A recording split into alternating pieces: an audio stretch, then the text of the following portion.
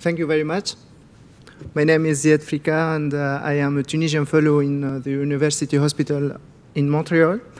I am very happy to present our case about percutaneous treatment of giant coronary artery aneurysm causing acute lateral myocardial infarction.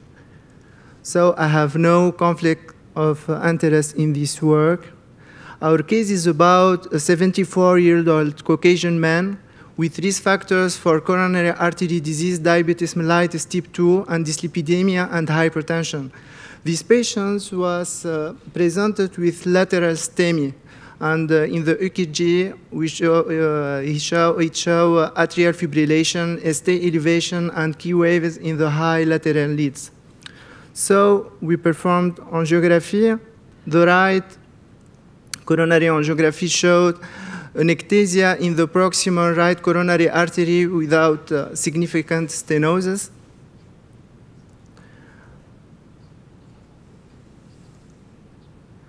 And for the left angiography, it showed that the anterior branch of the first diagonal artery was totally occluded distal to a huge aneurysm. There's a problem? No. So this huge aneurysm was sized 32 times 14 millimeter, and there are also no significant stenosis of 70% of the left. Yes. Okay. Just pull back. Okay.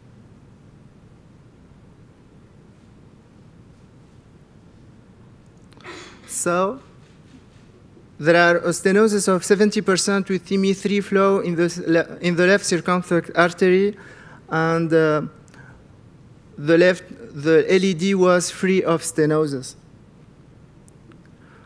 This giant, huge aneurysm was measured 32 times 40 millimeter. So we decided to stop this exam, and the patient was treated by aspirin and heparin, and we complete the exam by angioscanner, CT scan. So the CT scan confirmed a large coronary aneurysm of the proximal first diagonal branch containing adherent thrombus.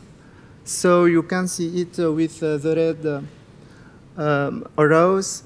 And it confirmed also that there are an occlusion, thrombotic occlusion of the diagonal. You can see it with the yellow arrow. So we are behind the patient who has occlusion of the first diagonal branch, likely caused by embolization of a thrombus from giant coronary artery aneurysm caused by atherosclerosis, resulting in completed lateral myocardial infarction. Due to the potential risk of rupture and compression of the adjacent organs, we decided to treat this giant aneurysm, and we discussed that with the heart team.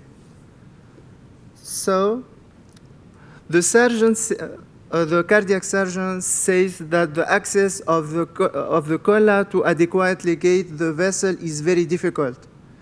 And in addition, there are no other indication for cardiac surgery.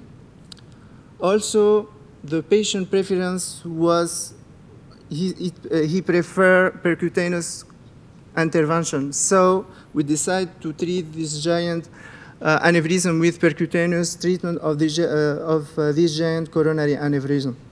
So we have three choices. The first choice is take a covered stent in the LED, but we can damage the LED and the risk of thrombosis. The second choice is the coil embolization, but it is a giant aneurysm, so we need a big number of coils. And the third choice will be to a percutaneous closure with a microvascular plaque, with off-label use of the device. So we have chosen the third option.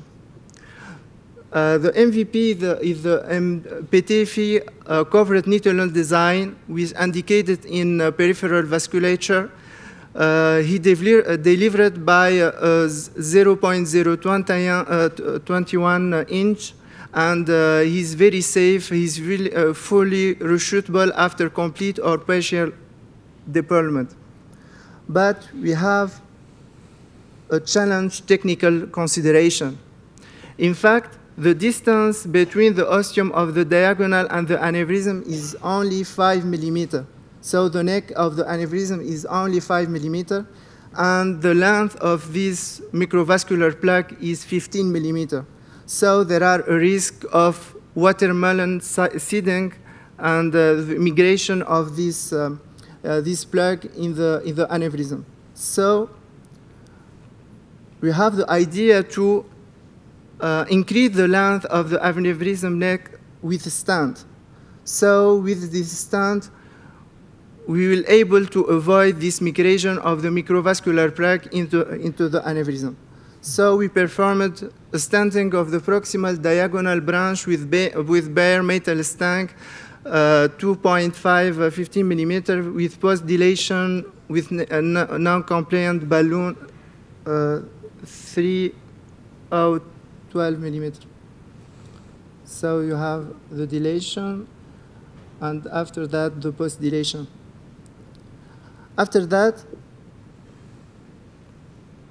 we introduced the microcatheter. You see that the distal marker of the device and the proximal marker with the red arrows, and the marker of the microcatheter with the yellow arrows.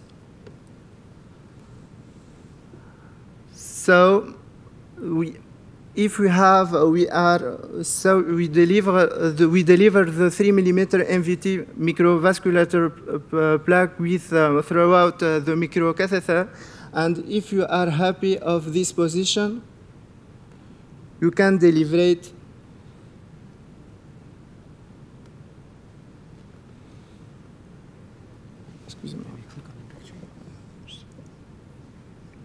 and we can deliberate this microplaque.